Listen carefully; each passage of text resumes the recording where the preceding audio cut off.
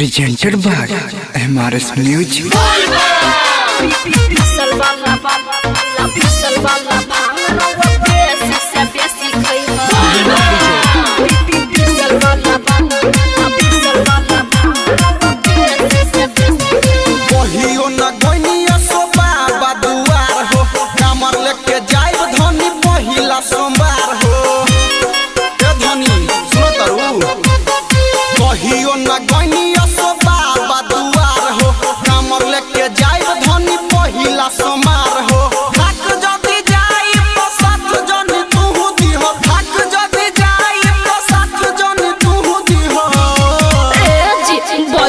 के थम लिह चिलम वाला दम लिह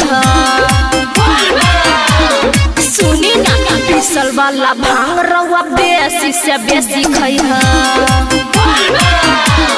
पिसल वाला भांग रवा बेसी से बेसी खइह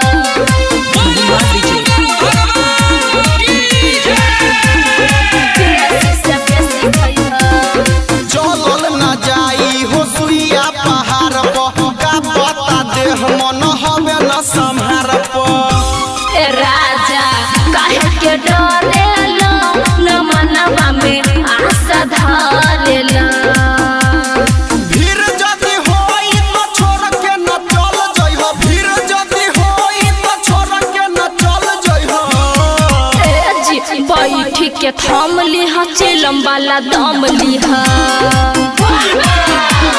सुनी ना पिसल वाला भांग रवा बेसी से बेसी खइह पिसल वाला भांग रवा बेसी से बेसी खइह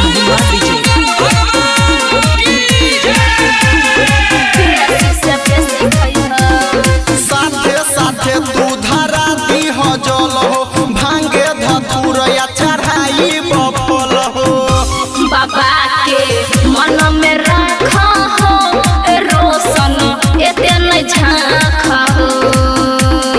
राइटर अभिषेक जाए के रहम दीह छोटू बिन सौरभ सुमन जाए के रहम दीह ए जी बैठ के थम लिह चिलम वाला दम लिह सुनी ना पिसल वाला भांग रवा बेसी से बेसी खइह